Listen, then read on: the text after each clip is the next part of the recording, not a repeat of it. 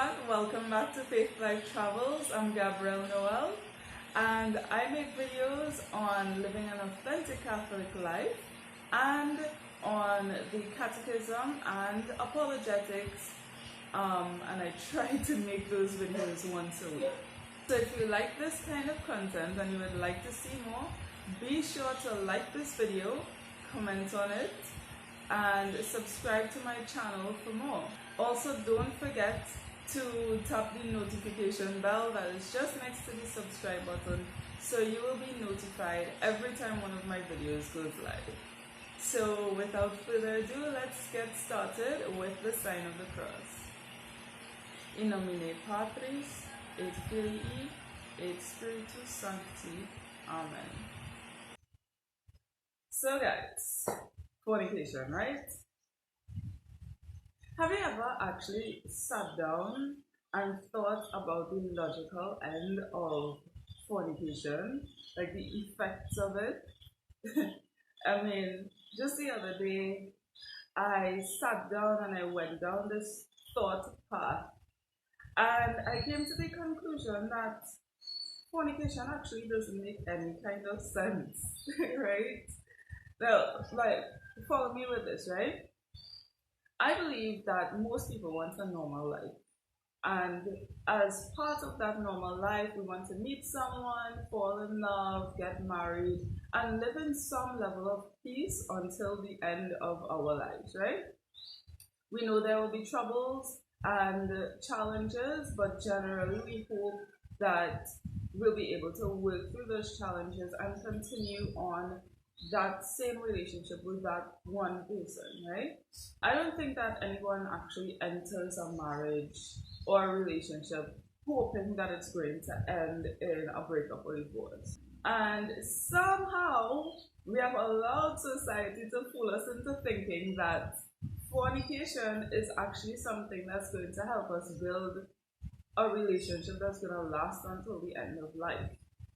Generally, when you ask when you ask the world what is needed for a strong relationship, a strong, long-lasting relationship, they will tell you, well, you need to have sexual compatibility, which you have to know about from before, right?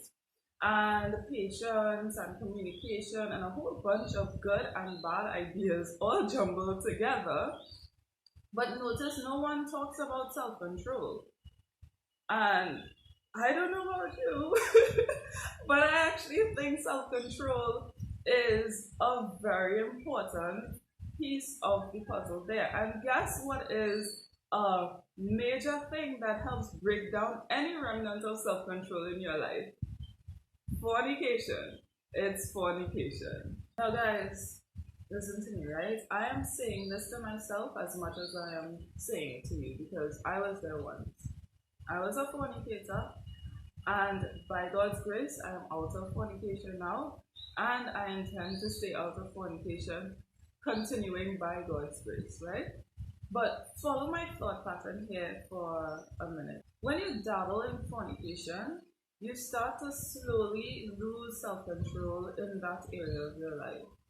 And a lot of us think, oh, well, you know, it's fine, nothing's wrong with that because I'm not out there with everybody, it's just me and my boyfriend, so I'm still having self-control. But let's just say you end up getting married to this person. You continue in fornication and then you end up getting married to this person.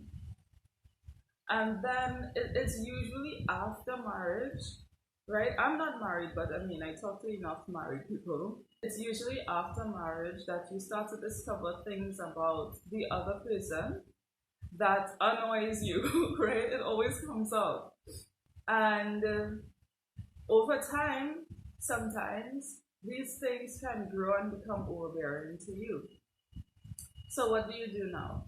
You end up feeling like you're losing the love for this person. And it is usually at that point that Mr. or Miss Perfect either moves in next door, gets hired at your office, or joins your gym, or joins your church, and you develop a relationship with this person, a friendship, and then the passions start to rise because now you have a good bond, right?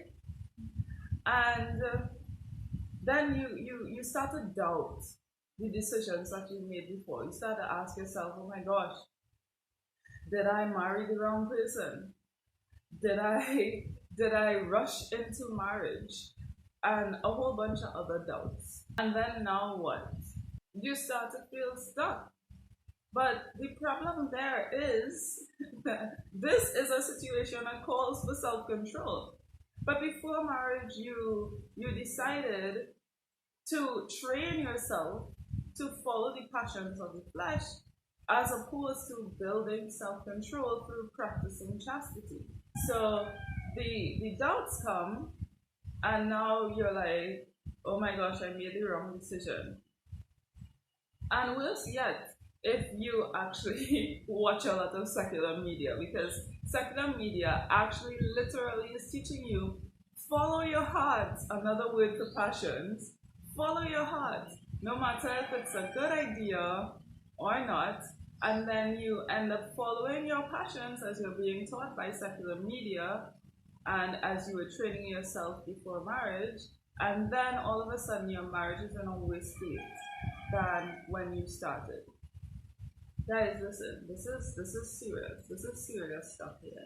Did you know that the divorce rate of couples who do not practice chastity before and during their marriages is astronomically higher than that of couples who do? You know, we complain a lot about God and His laws and how difficult they are to follow, and I agree they are difficult. But the good news is, God didn't leave us to figure this all out on our own. He gave us His actual grace, which we can pray for and ask for at any time, and He will give us. And He also gave us His sanctifying grace, which is the type of grace that makes us holy, which we can access through the sacraments. Pray for God's grace. Go to the sacraments, avail yourself of His grace, and really pray that He can help you build chastity and self-control in your life. Anyway, that's all I have for you today. So let's close with the Gloria Patri. Gloria Patri, Filio, et Spiritui Sancto, sicut erat in principio et nunc et semper, et in saecula saeculorum. Amen.